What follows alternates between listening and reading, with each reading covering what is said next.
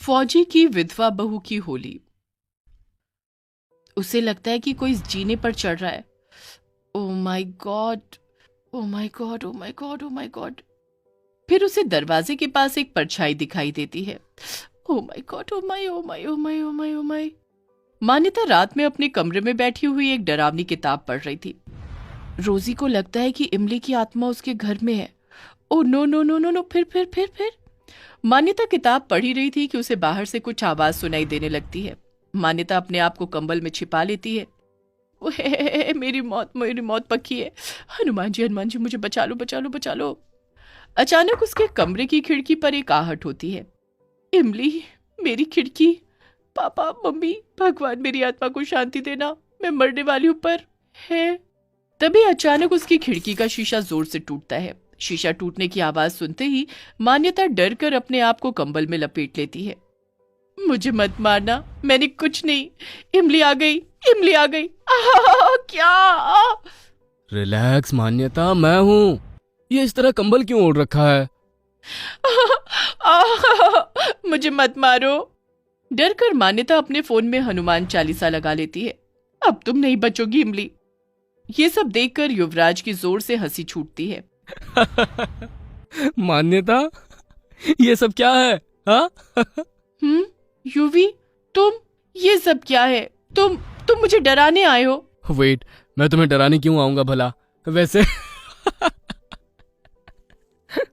तुम पागल हो गए हो क्या? पता है मेरी जान निकल गई थी। हंसो मत तुम, हंसो मत। तुम खिड़की से क्यों आए हो? और तुमने खिड़की भी तोड़ दी, वो भी इतनी रात में।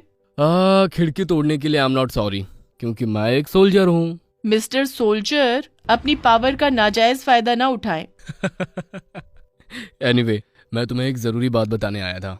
मैं कल ड्यूटी पर वापस लौट रहा हूँ, तो मैंने आज रात बहुत हिम्मत करके मॉम डैड से हमारी शादी के बारे में बात की। और और और लकीली उन्होंने हमारी शादी के लिए हाँ कर दी। सच्ची? युवराज के माँ बाप रिश्ता लेकर मान्यता के घर पहुंचते हैं और मान्यता के माँ बाप को रिश्ता पसंद आ जाता है। कुछ महीने बाद छुट्टियां होने पर युवराज फिर घर वापस लौटता है। युवराज के वापस लौटने पर उनके माँ बाप उनकी शादी करवा देते हैं और मान्यता अपने घर से विदा लेकर अपने ससुराल पहुंचती है। लेकिन मेरा दिल जीतने के लिए तुम्हें ये साबित करना होगा कि तुम इस घर की बहू होने के लायक हो या नहीं। बहू तुम मेरे बेटे की पसंद जरूर होगी। हमने हमेशा ही अपने बेटे की खुशियों का ख्याल रखा, इसी वजह से हमने उसकी शादी तुझसे करा दी। समझ रही हो ना? जी माँ जी। मान्यता बड़े ही चुलबुले मिजाज की अपने माँ बाप की इकलौती बेटी थी। वो बड़े ही नाजों में पली बढ़ी थी। उसकी माँ ने कभी उससे कोई काम नहीं लिया, जिसकी वजह से वो घर के कामकाजों में थोड़ी कच्ची थी। समय गुजर रहा था और अब मान्यता का मन पसंद त्योहार आने वाला था। मन्नू, पता है क्या आने वाला है? क्या? मेरा बर्थडे? नोप। तुम्हारा बर्थडे? सीरियसली? इडियट। तो फिर क्या? होली, होली आने वाली है। है? सच में? मेरा मनपसंद त्योहार। वाह, लेकिन कब? मनपसंद त्योहार, और ये पता नहीं कि कब आने वाला है। वाओ। अरे बताओ ना। अरे अब से 10 दिन बाद। हमने कभी एक साथ होली नहीं खेली युवी। ये हमारी एक साथ पहली होली होगी। देखना, मैं तुम्हें ना रंगों में डुबो दूंगी। हाँ। देखते हैं कौन किसको ज्यादा रंग लगाता है। बेट। बेट। 2 दिन बीत जाते हैं। ये क्या कर रहे हो युवी? कहाँ हो तुम? खाना ठंडा हो रहा है। युवी, युवी। मन्नू, अभी अभी मिलिट्री से एक इम्पोर्टेंट नोटिस आया है। मुझे कल ही ड्यूटी पर वापस लौटना होगा। तुमने वादा किया था कि हम इस बार एक साथ होली मनाएंगे। ये क्या कह रहे हो? मन्नू, मैं अपनी पूरी कोशिश करूंगा कि मैं होली से पहले घर वापस लौट सकूं। तुम दोनों क्या कर रहे हो? खाना नहीं खाना है क्या? मान्यता, युवराज, युवराज ये क्या बेटा, कहाँ जाने की तैयारी में है? युवराज अपने परिवार को सारी बात बताता है। उसके यूं इतने अर्जेंटली ड्यूटी पर वापस जाने की वजह से उसके परिवार वाले थोड़े दुखी हो जाते हैं। अगले दिन सुबह युवराज अपनी गाड़ी में बैठकर अपने घर से रवाना हो जाता है। उसके बाद सभी घर वाले घर के अंदर चले जाते हैं, लेकिन मान्यता अभी भी खड़ी हुई उस रास्ते को देख रही थी जिस रास्ते से युवराज की गाड़ी जा रही थी। अरे वहीं सो गई क्या? बहू, ओ बहू। आई माँ जी। इसी तरह 2-3 दिन बीत जाते हैं। युवराज के जाने के बाद सुगंधा मान्यता के साथ कठोर व्यवहार करना शुरू कर देती है। बहू, तू मेरे लिए गए सारे इम्तिहानों में नाकाम रही है। तू मेरा दिल नहीं जीत पाई। मैं अपनी पूरी कोशिश कर रही हूँ माँ जी। ऐसा मत कहिए माँ जी, प्लीज मुझे एक और मौका दे दीजिए। परिवार का दिल प्यार से नहीं, हुनर से जीता जाता है भाभी। मौका भी काबिल लोगों को दिया जाता है, और वो तो आपके पास है नहीं। मान्यता के पास अपनी सास और ननद की बातों का कोई जवाब नहीं था। वो बेचारी चुपचाप खड़ी रह जाती है। अगले दिन मान्यता युवराज को फोन करती है। हेलो, तुम अपना ख्याल रखना। कब आ रहे हो तुम? युवी, तुम ठीक हो ना? तुम अपना ख्याल ठीक से रख रहे हो ना? 2 दिन बाद होली है, तुम कब आ रहे हो? तुम्हें अभी भी होली की पड़ रही है? हाँ, अगर तुम नहीं आ सकते तो कोई बात नहीं, बस मुझे तुम्हारी याद आ रही है। नहीं नहीं, अपना ख्याल रखना। ठीक है। आपको एक खुशखबरी दे दूं मैडम जी? मैं कल ही आ रहा हूँ। क्या? सच में? इतना सुनने के बाद मान्यता की खुशी का ठिकाना नहीं रहता। वो बड़ी खुशी से सारे काम करती है। आखिर ये उसकी शादी के बाद पहली होली थी। मान्यता इसी खुशी में सुबह जल्दी उठकर काम में लग जाती है।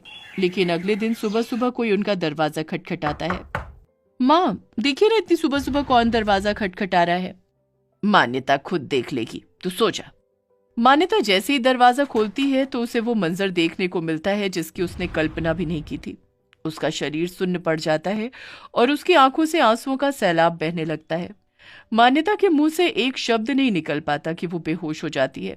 आवाज सुनने पर सुगंधा वहां पहुंचती है तो उसके पैरों तले जमीन निकल पड़ती है। वो देखती है कि उसके दरवाजे पर बहुत से लोग खड़े हुए थे और उन्हीं के बीच उसका बेटा भी था जो अब इस दुनिया में नहीं रहा। क्या हुआ तुझे? युवराज, युवराज आंखें खोल बेटा।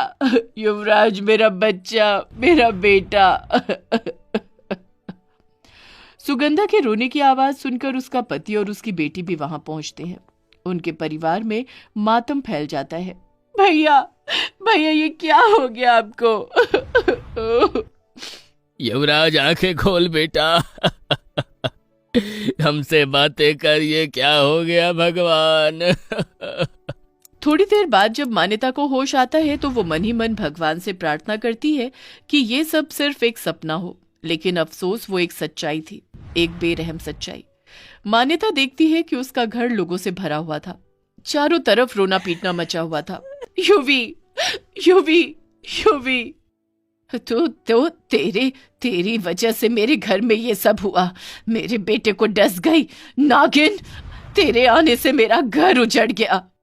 सुगंधा मान्यता को खूब सुनाती है लेकिन मान्यता को कुछ सुनाई नहीं देता। वो गम में इतना डूब गई थी कि मानो उसके कान भी बंद हो गए थे। सुगंधा मान्यता को जोर से तमाचा मारती है। ये क्या कर रही हैं आप? मेरी बेटी ने किया ही क्या है? इस सब में इसकी क्या खता है? इसे इसकी सजा जरूर मिलेगी। ये मेरे बेटे को खा गई। ये जहां मेरी बेटी की कोई इज्जत ही नहीं, वहां मैं अपनी बेटी को एक पल न रहने दूं। अब यहाँ एक पल नहीं। मुझसे बहुत बड़ी गलती हो गई जो मैंने अपनी बेटी को तुम्हें सौंपा। मान्यता, चल बेटा, तू हमारे साथ घर चल। तू यहाँ नहीं रुकेगी। मैं कहीं नहीं जाऊंगी माँ। ये क्या कह रही है बेटा? मैं तुझे यहाँ नहीं रहने दे सकती। ये लोग तुझे जिंदा दफना देंगे। अपनी माँ के लाख कहने पर भी मान्यता वहां से नहीं जाती। अगले दिन होली पर सुगंधा मान्यता से पूछती है, मेरे बेटे को तो तू डस गई। ओ नागिन, अब क्या हमें भी डसना चाहती है? तू अपने माँ बाप के साथ क्यों नहीं गई? इस घर के हर कोने में युवराज की यादें बसी हैं। मैं इस घर को छोड़कर कहीं नहीं जाऊंगी। बस बहुत हो गई डायलॉगबाजी। अब अपना बोरिया बिस्तर बांधो और दफा हो जाओ यहाँ से। तुम्हें एक सेकंड भी अपने घर में नहीं देखना चाहती मैं कहीं नहीं जाने वाली। ये घर मेरा भी है। इतना कहकर मान्यता भागकर अपने कमरे में चली जाती है और दरवाजा बंद कर लेती है। वहां वो अपनी खिड़की से देखती है कि हर रोज रंगों की मनभावनी छटा थी। सभी के चेहरे पर होली के रंग गुलाल सजे हुए थे, तो वहीं विधवा बहू के तन पर सफेद साड़ी थी। सभी किसी तरह होली खुशी खुशी मना रहे हैं। ये सब उससे देखा नहीं जाता और वो वहीं बैठकर रोने लगती है। तुमने अपना वादा तोड़ दिया युवराज, ऐसा क्यों किया तुमने? क्यों किया, क्यों किया? मान्यता अपने कमरे में बैठी खुद से ही सवाल कर रही थी, लेकिन उन सवालों का जवाब देने वाला वहां कोई नहीं था। वो रोई रही थी कि तभी उसे एक आवाज सुनाई देती है, मन्नू, हैप्पी होली। आवाज को सुनते ही मान्यता चारों तरफ देखने लगती है कि तभी उसकी निगाह सामने दीवार पर लगे शीशे पर पड़ती है। वो देखती है कि उसके गाल पर गुलाल लगा हुआ था। ये देख मान्यता चौंक जाती है। क्या ये तुम हो युवी? जवाब दो, तुम मेरे साथ हुई हो ना युवी? मान्यता भागती हुई सुगंधा और सायना के पास जाती है और उन्हें बताती है कि वहां युवराज आया था जिसने उसके गाल पर यह गुलाल लगाया। ये कैसी बातें कर रही है तू? सुगंधा मान्यता को थप्पड़ मारने वाली ही होती है कि तभी रुको सुगंधा, शायद मान्यता सही कह रही है, क्योंकि हमारे घर में भला गुलाल कहाँ से आया? हमारा बेटा यही है, वो कहीं नहीं गया है। मान्यता, मुझे तुझ पर यकीन है बेटा। और माँ, मुझे पूरा यकीन है कि युवराज हमारे साथ है। मेरे प्यार में इतनी ताकत है कि दुनिया की कोई ताकत हमें उनसे जुदा नहीं कर सकती, मौत भी नहीं। मान्यता की बातें सुनकर सुगंधा की आंखें भर आती हैं। उसे यकीन आ जाता है कि मान्यता सही कह रही है और वो मान्यता को अपने गले से लगा लेती है।